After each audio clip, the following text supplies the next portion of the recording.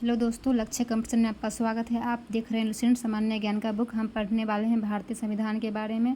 राजभाषा अनुच्छेद 343 से 351।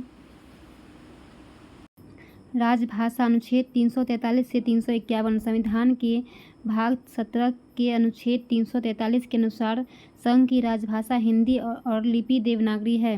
भारतीय संविधान के अनुच्छेद 344 में राष्ट्रपति को राजभाषा से संबंधित कुछ विषयों में सलाह देने के लिए एक आयोग की नियुक्ति का प्रावधान है। राष्ट्रपति ने इस अधिकार का प्रयोग करते हुए 1955 में श्री बी.जी. खड़गे की अध्यक्षता में प्रथम राज्यसभा आयोग का गठन किया। इस आयोग ने 1956 में अपना प्रतिवेदन दिया।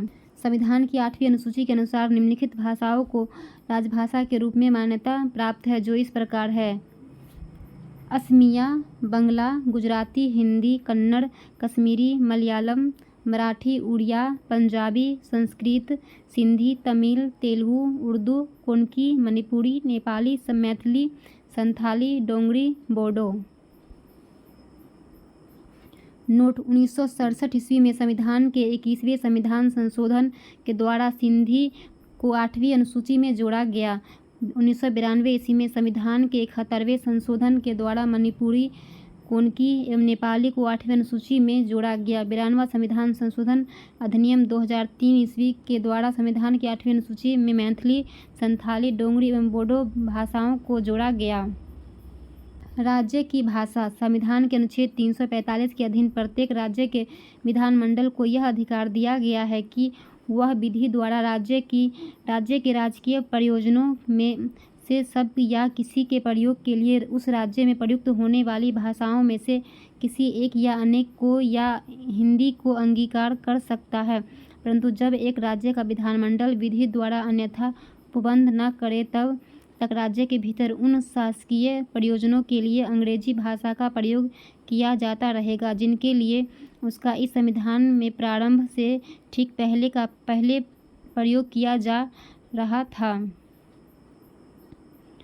इस उपबंध के अंतर्गत अधिकांश राज्यों ने मुख्य क्षेत्रीय भाषा को अपनी राजभाषा के रूप में अंगीकार किया, जैसे आंध्र प्रदेश ने तेलुगु, केरल ने मलयालम, असम ने असमिया, पश्चिम बंगाल ने बंगाली, उड़ीसा ने उड़िया, गुजरात ने गुजराती के अतिरिक्त हिंदी, गोवा ने कोंकणी के अतिरिक्त मराठी व गुजराती, जम्मू कश्मीर ने उर्दू, मेघालय, अरुणाचल प्रदेश एवं नागालैंड ने अंग्रेजी, पुदुचेरी ने फ्रांसीसी, त्रिपुरा ने कोकबोरोक तथा मिजोरम ने मिजो।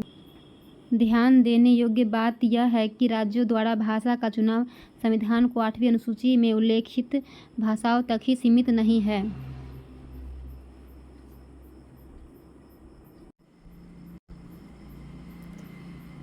राज्यों के परस्पर संबंधों में तथा संघ तथा राज्यों के परस्पर संबंधों में संघ की राजभाषा को ही प्राधिकृत भाषा माना जाएगा, परंतु यदि दो या अधिक राज्य यह करार करते हैं कि उन राज्यों के बीच पत्रादि की राजभाषा हिंदी भाषा होगी, तो ऐसे पत्रादि के लिए उस भाषा का प्रयोग किया जा सकेगा। अनुच्छेद 346 उच्चतम और उच्च न्यायालयों तथा विधानमंडलों की भाषा। संविधान में प्रावधान किया गया है कि जब तक संसद द्वारा कानून बनाकर अन्यथा प्रावधान न किया जाए तब तक उच्चतम न्यायालय और उच्च न्यायालयों की भाषा अंग्रेजी होगी और संसद तथा राज्य विधानमंडलों द्वारा पारित कानून अंग्रेजी में होंगे। नोट: संविधान के अधीन किसी भाषा को राष्ट्रीय भाषा के रूप में नहीं अपनाया गया है। इसके अधीन हिंदी को केवल राजभाषा के रूप में रखा गया है, अर्थात भारत की कोई राष्ट्रीय भाषा नहीं है।